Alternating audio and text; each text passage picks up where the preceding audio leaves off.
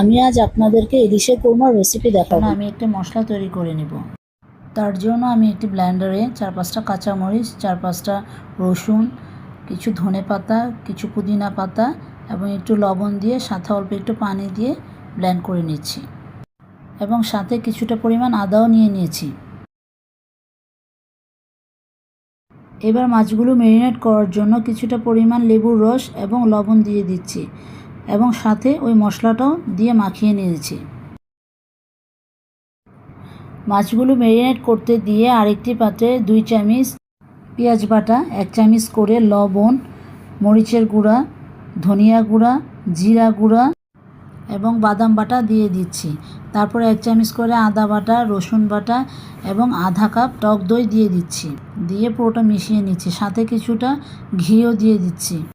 এবার চুলায় একটি প্যান বসিয়ে তাতে 1 বাটি পেঁয়াজ কুচি নিয়ে পেঁয়াজগুলো বেরেস্তা করে নিব।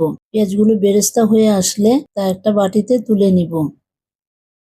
বেরেস্তাগুলো তোলার পর সেই প্যানেই ঘি দিয়ে তাতে ম্যারিনেট করা মাছগুলো একটু হালকা করে ভেজে নিব।